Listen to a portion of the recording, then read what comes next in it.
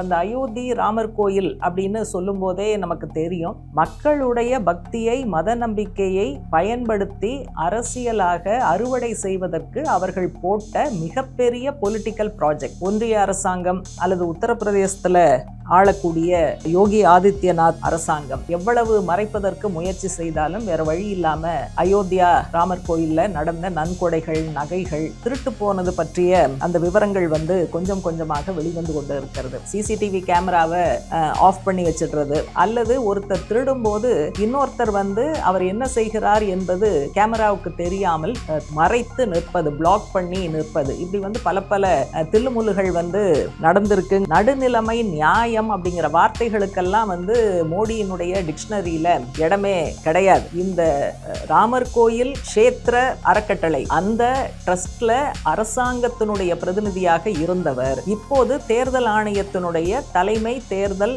அதிகாரி. இது வரைக்கும் மோடி வாயை திறந்து ஒரு வார்த்தை பேசினார். அனைவருக்கும் வணக்கம். பீப்புள்ஸ் டெமோக்ரசி ஜூன் 29 ஜூலை 5 வாரத்துக்கான தலையங்கம். இந்த தலையங்கம் ராமர் கோயில் நன்கொடைகள் களவாடப்பட்டது, ஊழல் நடந்தது சம்பந்தமாக. தலைப்பு 2 வரிகளில் கொடுக்கப்பட்டிருக்கு. அதில் முதல் வரிங்கிறது மிக பெரும் துரோகம் அப்படிங்கிறது. ரெண்டாவது ஒரு ஆங்கில பழமொழி பயன்படுத்தப்பட்டிருக்கு. Chickens have come home to roost அப்படிங்கிற பழமொழி. இதோட லிட்ரல் மீனிங் என்ன அப்படின்னா, கோழிகள் இரவில் அடைவதற்கு வீடு திரும்பியதுங்கிறது தான் லிட்ரல் மீனிங். ஆனால் இது எதுக்கு இடியம் எதுக்கு பயன்படுத்துவோம் அப்படின்னு சொன்னால், வினை விதைத்தவன் வினை அறுப்பான், உப்பு தின்னவன் தண்ணி குடிப்பான். இந்த சென்ஸில் கடந்த காலத்தில் செய்கிற தவறுகள் மீண்டும் நம்மை நோக்கி திரும்ப வரும் அப்படிங்கிற சென்ஸ் தான். அதனால் இந்த தலைப்போட ராமர் கோயில் சம்பந்தமாக, நன்கொடை சம்பந்தமாக நடந்த ஊழல், இதற்கான காரணம், இதுக்கு என்ன செய்யணும் அப்படிங்கிறத தலையங்கம் விளக்குகிறது. ஒன்று பிஜேபி ஒன்றிய அரசாங்கம் அல்லது உத்தரப்பிரதேசத்தில் ஆளக்கூடிய யோகி ஆதித்யநாத் அரசாங்கம் எவ்வளவு மறைப்பதற்கு முயற்சி செய்தாலும் வேற வழி இல்லாமல் அயோத்தியா ராமர் கோயிலில் நடந்த நன்கொடைகள், நகைகள், இது திருட்டு போனது பற்றிய அந்த விவரங்கள் கொஞ்சம் கொஞ்சமாக வெளிவந்து கொண்டு இருக்கிறது. அந்த அயோத்தி ராமர் கோயில் அப்படின்னு சொல்லும் போதே நமக்கு தெரியும், அது பிஜேபி ஆர்எஸ்எஸ் பக்தியின் காரணமாக, மத நம்பிக்கையின் காரணமாக செஞ்ச விஷயம் கிடையாது. மக்களுடைய பக்தியை மத நம்பிக்கையை பயன்படுத்தி அரசியலாக அறுவடை செய்வதற்கு அவர்கள் போட்ட மிகப்பெரிய பொலிட்டிக்கல் ப்ராஜெக்ட், அரசியல் திட்டம் தான் இது அப்படிங்கிறது நம்ம எல்லாருக்குமே தெரியும். சிபிஎம் உள்ளிட்ட இடதுசாரி கட்சிகள் கடந்த காலத்தில் இந்த அம்சத்தை பல முறை சுட்டி காட்டியிருக்கோம். இப்போ ராமர் கோயில் அதில் ஏராளமான நன்கொடையும் நகைகளும் களவாடப்பட்டது ஒரு நாள் இல்லை, 2 நாள் இல்லை, ஒரு நீண்ட காலமாக தொடர்ந்து நடந்து கொண்டு இருக்கிறது. ரெகுலர் பேசிஸ்ங்கிற வார்த்தையை பயன்படுத்தியிருக்காங்க. வேற ஒரு கட்டுரையில் பார்த்தப்போ கூட ஒரு நாளைக்கு 7-8 லட்சம் ஒரு நாளைக்கு அந்த முறையில் திருடப்பட்டிருக்கு. சிசிடிவி கேமராவை ஆஃப் பண்ணி வச்சிடுறது, அல்லது ஒருத்தர் திருடும்போது இன்னொருத்தர் அவர் என்ன செய்கிறார் என்பது கேமராவுக்கு தெரியாமல் மறைத்து நிற்பது, பிளாக் பண்ணி நிற்பது, இப்படி பல தில்லுமுல்லுகள் நடந்திருக்குங்கிற விவரங்கள் இந்த தலையங்கத்தில் மட்டும் இல்லை, மற்றதுலேயும் வெளிவந்திருக்கு. இப்போ ஆரம்பத்தில் உத்தரப்பிரதேச அரசாங்கம், பிஜேபி அரசாங்கம் இது வெளியில் வந்தாக்க ஒரு மிகப்பெரிய அவப்பேர் வரும்னு அவங்களுக்கு தெரியும். அதனால் அது அப்படியே மூடி மறைக்க பார்த்தாங்க. ஆனால் நடந்திருக்கிறதுங்கிறதுக்கான பல விவரங்கள் வெளியே வந்த பிறகு வேற வழி இல்லாமல் ஒரு ஸ்பெஷல் இன்வெஸ்டிகேஷன் டீம், சிறப்பு புலனாய்வு பிரிவு ஒன்றை போட வேண்டிய நிர்பந்தம்ங்கிறது ஏற்பட்டுச்சு. அந்த எஸ்ஐடி ஒரு துவக்ககட்ட ஆய்வுகள் செய்ததிலேயே இந்த திருட்டு நடந்திருக்கு அப்படிங்கிற விவரம் ஓரளவுக்கு நிறுவப்பட்டிருக்கு, ப்ரூவ் ஆகிருக்கு. ஆனால் இதில் என்ன கேள்வி வருதுன்னா, இது ஏதோ ஒரு நாள் தவறுதலாக நடந்தது, 2வது நாள் தெரியாமல் நடந்தது, அல்லது இப்படி விஷயங்கள் இருக்கக்கூடும். ஆனால் தொடர்ச்சியாக ரெகுலர் பேசிஸில் தினசரி இந்த திருட்டு நடக்குது அப்படின்னா அது எப்படி யாருக்குமே தெரியாமல் நடக்குமா? குறிப்பாக சங் பரிவாரமோ பிஜேபியோ உயர்மட்டத்தில் இருக்கக்கூடியவர்களுக்கு தெரியாமல் இது தினசரி நடக்குமா அப்படிங்கிறது ஒரு முக்கியமான கேள்வி. ராம ஜென்ம பூமிக்கு தனியாக அந்த தீர்த் க்ஷேத்ர ட்ரஸ்ட் அப்படிங்கிறது வந்து 2020 துவங்கப்பட்டது. இப்போ இது வரைக்கும் யாரை கைது பண்ணியிருக்காங்கன்னா, இந்த ட்ரஸ்ட்டில் இருக்கிற சில பேரை கைது பண்ணியிருக்காங்க. ட்ரஸ்ட்டினுடைய பொதுச் செயலாளர் அவர் முன் வந்து ராஜினாமா செய்திருக்கிறார். ஆனால் இது வந்து போதுமாங்கிற கேள்வி தான். அதனால தான் இதுக்கு முன்னால் தலையங்கத்தில் சுட்டி காட்டி இருக்கிற விஷயம், ரெகுலர் பேசிஸில் நடப்பதுங்கிறது மேல்மட்டத்தில் இருப்பவர்களுக்கு தெரியாமல் நடக்குமா? அப்போ வந்து கீழ்மட்டத்தில் இருக்கிறவங்களை மட்டும் நீங்கள் கைது செஞ்சு கதையை வந்து முடிப்பது உண்மையான ஊழல் குற்றவாளியை வெளிக்கொண்டு வருவதற்கு உதவுமா அப்படிங்கிற கேள்வி பிரதானமாக இதில் கேட்கப்படுது. இந்த ராமஜென்ம பூமி கோயில் கட்டுவதற்கு முன்னால் அது வந்து பாபர் மசூதியாக இருந்தது நமக்கு தெரியும். அப்போ அதை வந்து இடிப்பதற்கான ஒரு நீண்ட நெடிய அரசியல் பிரச்சாரம், மத வெறுப்பை தூண்டக்கூடிய வெறுப்பு பிரச்சாரம் இதெல்லாம் நடந்து அது இடிக்கப்பட்டு அப்புறம் அந்த இடம்ங்கிறது சர்ச்சைக்குரியதாக நீண்ட நாட்கள் சர்ச்சைக்குரியதாக ஆக்கப்பட்டு கோர்ட்டில் போய் கடைசியில் இந்த ட்ரஸ்ட்டுக்கே அது வந்து உரியது, அவங்களே அந்த இடத்த எடுத்து கோயில் கட்டி கொள்ளலாம் அப்படிங்கிற ஒரு தீர்ப்பு வந்ததை பார்த்தோம். இது கிட்டத்தட்ட பிஜேபிக்கு வந்து ஒரு பிளாங்க் செக் மாதிரி, எண்ணிக்கை எவ்வளோன்னு போடாமல் கையெழுத்து மட்டும் போட்டு பிளாங்காக செக் கொடுத்தா எப்போ வேணால் பயன்படுத்தலாம், எவ்வளோ ரூபா வேணால் எழுதிக்கலாம். அதை போல் இந்த ராமர் கோயில் விவகாரம்ங்கிறது பிஜேபி ஆர்எஸ்எஸ்ஸுக்கான அரசியல் ஆதாயத்துக்கான அல்லது ஆட்சி அதிகாரத்தை கைப்பற்றுவதற்கான பிளாங்க் செக்காக நீண்ட காலம் பயன்படுத்தப்பட்டது. அவ்வளவு உயர்வாக பேசப்பட்டது. அப்போ அவ்வளவு உயர்வாக பேசப்பட்ட இடத்துலையே இன்றைக்கு ஊழல் நடந்து மொத்த விஷயமும் அம்பலமாகி இருக்கிறது அப்படிங்கிறத நம்ம கவனிக்கணும். அதனால் அரசியல் ரீதியான பலன், தேர்தல் ரீதியான பலன், 2 விதமான பலனையும் பிஜேபி ஆர்எஸ்எஸ் சங் பரிவார் அதை பெற்றிருக்கிறார்கள் அப்படிங்கிறத நிச்சயமாக இந்த இடத்துல குறிப்பிட்டு சொல்லணும். இந்த இடம், ஏற்கனவே நான் சொன்னேன், இந்த இடம் என்பது கையகப்படுத்தப்பட்ட அந்த மொத்த ப்ராசஸுமே வந்து நிறைய ரவுடித்தனம், இடிப்பது, அடிதடி, வயலன்ஸ் இதெல்லாம் உள்ளடக்கி நடந்தது தான். இந்த விஷயத்தில் தீர்ப்பு சொன்னது யார் அப்படின்னா, உச்சநீதிமன்றத்தில் அன்னைக்கு வந்து சந்திரசூட் அவர்கள் தலைமை நீதிபதியாக இருந்தார். அப்போ அவருடைய தலைமையில் தான் வந்து இது ராமஜென்ம பூமி அறக்கட்டளைக்கு சொந்தம் அப்படிங்கிற தீர்ப்பு வந்தது. ஆனால் அந்த தீர்ப்பில் பல விஷயங்கள் வந்து முன்னுக்கு பின் முரணாக இருந்ததுங்கிறதெல்லாம் அன்னைக்கு தீர்ப்பு முழுமையாக படித்தவர்களுக்கு தெரியும். இப்போ சிபிஎம் கூட அன்றைக்கு அரசியல் தலைமை குழு சார்பாக வெளியிட்ட அறிக்கையில் ரொம்ப காலமாக இழுத்துக்கிட்டு கடந்த ஒரு லீகல் இஷ்யூ முடிவுக்கு வந்தது அப்படின்னு வேணால் நம்ம நிம்மதி பெருமூச்சு விடலாம். அதை விட முக்கியம் என்னன்னா, இந்த வழக்கினுடைய முடிவை ஒரு வரியில் நம்ம சொல்லணும் அப்படின்னா, தீர்ப்பு கிடைத்தது, நீதி கிடைக்கவில்லை அப்படின்னு தான் சொல்லணும். இதை வந்து அன்னைக்கே சிபிஎம் அரசியல் தலைமை குழு அறிக்கைங்கிறது இந்த வழக்கின் தீர்ப்பு வந்த உடனே வெளியிட்ட ப்ரெஸ் ரிலீஸில் இந்த அம்சங்கிறது குறிப்பிடப்பட்டிருந்தது. அதனால் இந்த முன்னுக்கு பின் முரணாக தீர்ப்பு இருந்ததுனால தான் பின்னால் சந்திரசூட் வந்து ஒரு நேர்காணலில் அவர் இது சம்பந்தமாக பல விஷயங்கள் பேசும்போது இந்த தீர்ப்பை சட்ட ரீதியாக நியாயப்படுத்த அவரால் முடியலை. கடைசியில் எந்த இடத்துக்கு அவர் வந்து சேர்ந்தாருன்னா, அங்கே வந்து பிரதிஷ்டை செய்திருக்கக்கூடிய குழந்தை ராமர். அப்போ குழந்தை ராமர் தான் வந்து இவருக்கு வழிகாட்டி இந்த தீர்ப்பை எழுதுவதற்கு குழந்தை ராமர் தான் உதவி செய்தார் அப்படின்னு ஒரு நீதிபதி தன்னுடைய தீர்ப்பை பற்றி சொல்லும்போது இப்படியெல்லாம் சொல்ல முடியுமா அப்படின்னு புதிதாக வந்தவர்களுக்கு வேணா ஆச்சரியமாக இருக்கலாம். ஆனால் அதைத்தான் நீதிபதி சந்திரசூட் தன்னுடைய தீர்ப்பை நியாயப்படுத்துவதற்கு இப்படியான ஒரு அம்சத்தை தான் பயன்படுத்தினார். கான்ஸ்டிடியூஷனல் டேர்ம்ஸு, லீகல் டேர்ம்ஸ் எல்லாம் இல்லை அப்படிங்கிறத பார்க்கணும். இப்போ குழந்தை ராமர் எதுக்கு உதவி செஞ்சார்?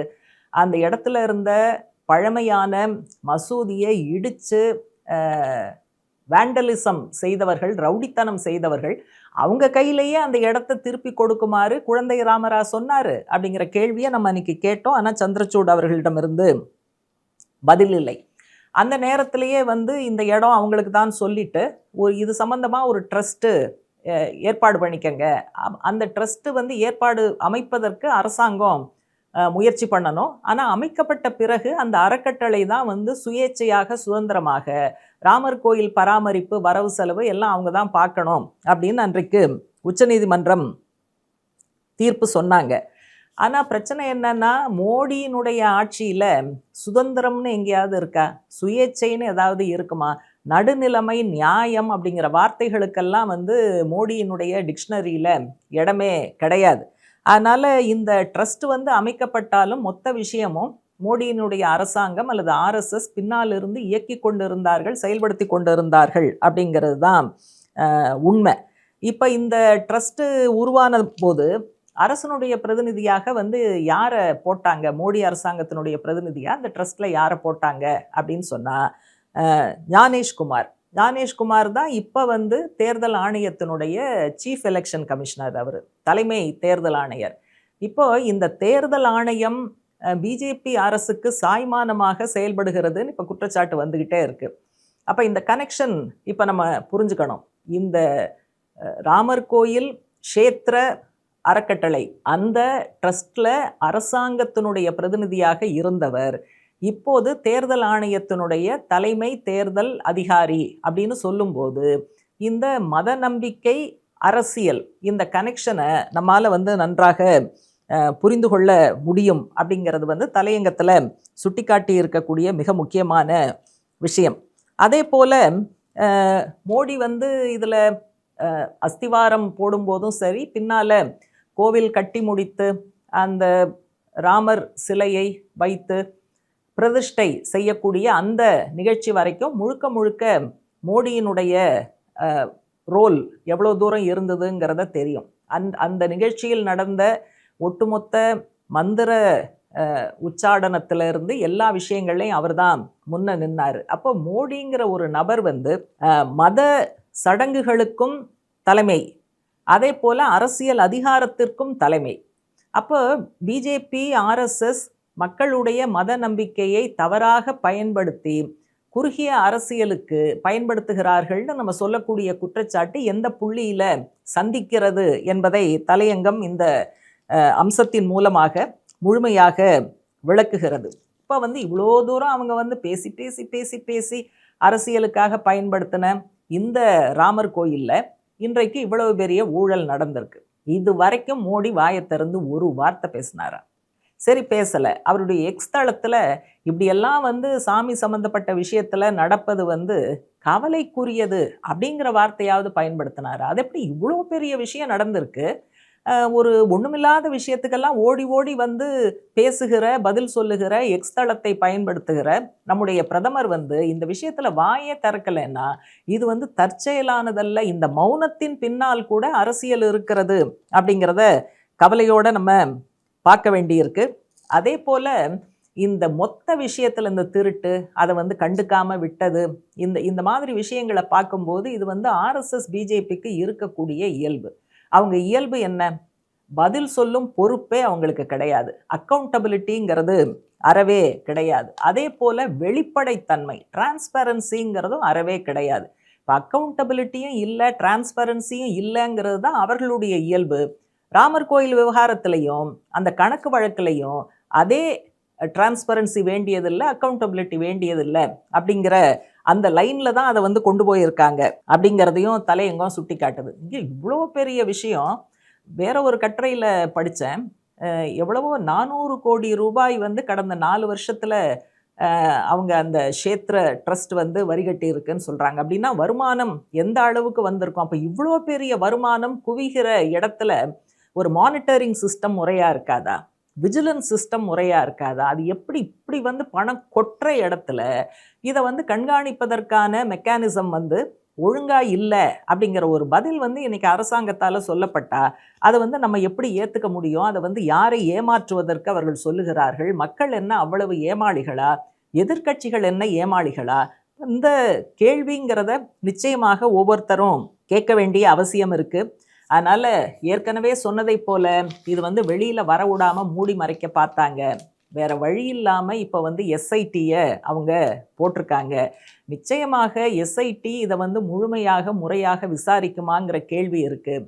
ஏன்னா இந்த விவகாரத்தில் முழுக்க பிரதமராக இருக்கட்டும், உள்துறை அமைச்சராக இருக்கட்டும், பிஜேபிங்கிற கட்சியாக இருக்கட்டும், ஆர்எஸ்எஸ்ங்கிற அமைப்பாக இருக்கட்டும், அதனுடைய பரிவாரமாக இருக்கட்டும், பல பேர் இதுக்குள்ள மேல்மட்டத்தில் ஆப்ரேட் பண்ணுறாங்க. அதனால் அவங்களாம் இன்வால்வ் ஆகியிருக்கக்கூடிய ஒரு விஷயம் அப்படின்னு சொல்லும்போது ஒரு ஸ்பெஷல் இன்வெஸ்டிகேஷன் டீமால இந்த முழு விவரத்தை கொண்டு வருவதற்கு வாய்ப்பு இருக்குமா அப்படின்னா அது ஒரு மிகப்பெரிய சந்தேகம். சரி, அவங்க வேண்டான்னா வேற எந்த விசாரணை வேணும்னு கேட்குறீங்கன்னா, நம்மளும் யோசிச்சு பார்த்தாலும் எந்த விசாரணையும் கேட்க முடியலை. அதனால தலையங்கம் ஒரு முறையான நீதி விசாரணை, ஜுடிஷியல் என்கொயரி அப்படிங்கிறத கேட்டிருக்கு. பட் ஜுடிஷியல் என்கொயரியிலையும் யாரை தலைமையாக போடுறாங்க, அப்படி தலைமையாக போடுறவருடைய பொலிட்டிக்கல் சாய்மானம் என்ன, இதெல்லாம் பெரிய கேள்வி. அதனால் கடைசி வரைக்கும் இந்த விஷயத்தில் உண்மை வருமா அப்படிங்கிறது தெரியலை. இதில் தான் கடைசியாக தலையங்கம் என்ன சொல்லுதுன்னா, இது வெறும் காசு பணம் விஷயமாக மட்டும் பார்க்க முடியுமா, அல்லது இது ஒரு கிரிமினல் குற்றம் அப்படிங்கிற முறையில் மட்டும் பார்க்க முடியுமா? ஏன்னா இந்த என்டையர் ப்ராசஸில் மக்களுடைய, லட்சக்கணக்கான மக்களுடைய மத உணர்வும் மத நம்பிக்கையும் பயன்படுத்தப்பட்டு தான் இந்த மொத்த விஷயம் நடந்திருக்கு. அதனால் இந்த திருட்டும் சரி, மற்ற விஷயங்களும் சரி, அவ்வளவு ஆயிரக்கணக்கான மக்களுடைய மத நம்பிக்கை, மத உணர்வு, அதற்கு செய்யப்பட்ட துரோகம் அப்படிங்கிற முறையில் தான் பார்க்கணும். இந்த 2வது சொன்னதுங்கிறது தான் ரொம்ப ரொம்ப முக்கியமானது. அதனால் இப்போவும் கூட ரூல் ஆஃப் லா இருக்குது, கான்ஸ்டிடியூஷன் இருக்குது. ஏதாவது ஒரு விதத்தில் இந்த மிகப்பெரிய குற்றத்திற்கு ஒரு முறையான பதில் கிடைக்கும் அப்படிங்கிற நிலைமை உருவானால்தான் மக்களுக்கு ஒரு நம்பிக்கை இருக்கும்.